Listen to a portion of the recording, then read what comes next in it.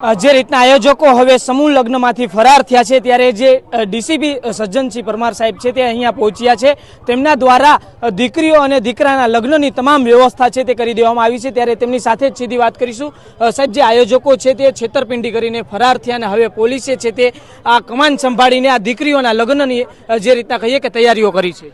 હા, આ 28 યુગલોના સમૂહ લગ્ન આજે થવાના હતા, પરંતુ જેવા કન્યા પક્ષ વરપક્ષના લોકો અહીં આવ્યા તો જોયું કે પૂરતું આયોજન હોય એવું લાગતું નથી। તો મુખ્ય આયોજક જે હતા એનો સંપર્ક કરવા અહીંયા હાજર નહોતા અને એનો સંપર્ક પણ થઈ શકતો નહોતો। તો પછી ધીમે ધીમે એ લોકો વિખરાવા માંડ્યા। તો એ દરમિયાન પોલીસને ખબર પડી તો પીઆઈ, એસીપી, ડીસીપી અમે બધા અહીંયા આવી ગયા। અને મેઇન વસ્તુ તો આમ નાગરિકની પણ એવી જવાબદારી છે કે આવું જ્યારે સામાજિક જવાબદારી નિભાવવાની આવે તો નિભાવી। તો અમે તો પોલીસ છીએ, હંમેશા અમારે તો સામાજિક જવાબદારીઓ નિભાવવાની જ છે। તો અમે એ લોકોને કન્વિન્સ કર્યા છે કે ભાઈ તમે જો ઈચ્છતા હો તો તમારે જે પણ ડેકોરેમમાં સમૂહ લગ્ન થવાના હોય એ જ ડેકોરેમમાં પોલીસ દ્વારા અમે આ સમૂહ લગ્ન સંપન્ન કરાવીએ। તો એ બાબત કન્વિન્સ થઈ ગયા છે અને હાલમાં ચોરીમાં વરરાજા અને કન્યા આવી ગયા છે અને બીજા અમુક કપલ જે છે મંદિરોમાં પહોંચ્યા છે લગ્ન કરવા માટે, તો એને પણ બોલાવીને અત્રે જ લગ્ન સંપન્ન થાય એવી વ્યવસ્થા અમે ચાલુ કરી છે।